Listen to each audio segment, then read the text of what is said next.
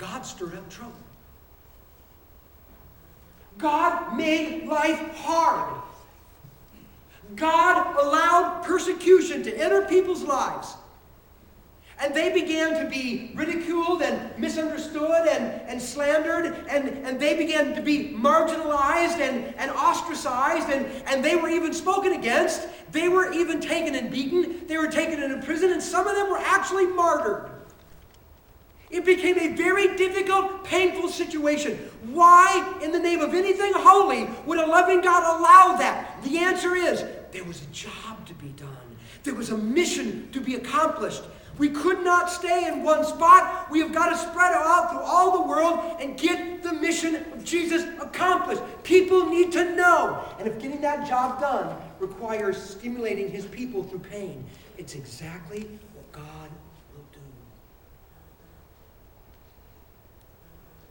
We have adversity in our lives. We enter painful circumstances, and we think to ourselves, oh, great, God's mad at me. Or we think, oh, great, God's punishing me for something I've done in the past. Or we think, oh, man, God has abandoned me. When none of those things are true. It's God going, I called you to live in bullseye. And I will bring chaos, and I will bring upheaval, so that you do some soul searching and you do some priority sketching in your life, so that maybe you'll get back to the one thing I left you in this world to do. Be a spiritual catalyst in the lives of people who don't yet know me. He's that serious about us living in that spot. He'll blow us there if our sails are open. He'll draw us there by making us be spiritually hungry. He'll drive us there through adversity. But God is at work in our lives right now to get us all to the same spot. To get you to that spot. Because you matter so much. You matter more than you can ever imagine right now. Because to somebody out there, you are the most important person in them finding God.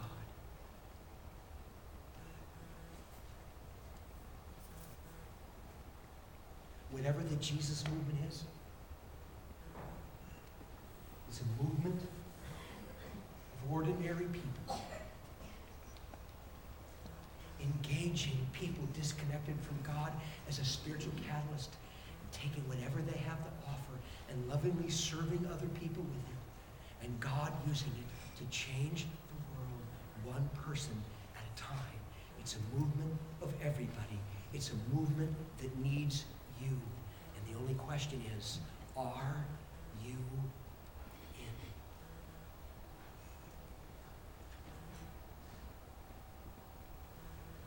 Are you in? Father, I am very grateful that when I didn't know you, you stirred up other people to be spiritual catalysts in my life so I could know you. And now that I do, you stir up my life to be a catalyst in the lives of others. And my story is the story of everybody else in this room. Somebody was a spiritual catalyst for us so we could find you.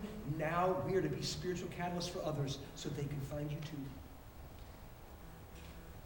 And there is no other cause to live for. There is no other cause worthy of a human's life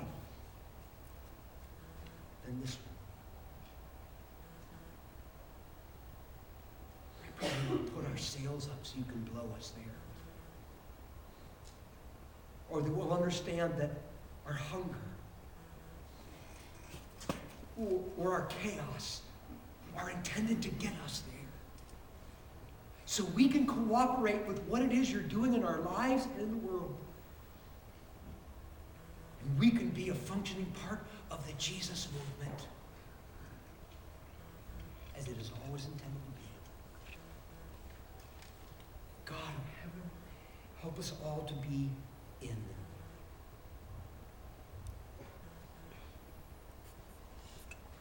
I ask these things in Jesus' name.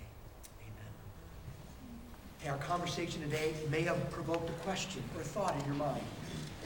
And if you'd like to interact with me over it, I'll be down here afterwards. Come up and let's have a conversation. Maybe you'd like to email me, davesanders@thepraychapel.org, and I'll do my best to answer your question email if you prefer. But if God is initiating a conversation, work it through. He's got something good in store. Don't forget bowling. Right after the service today, Airway Lanes across from the airport. God bless you. You go. Be a catalyst, everybody.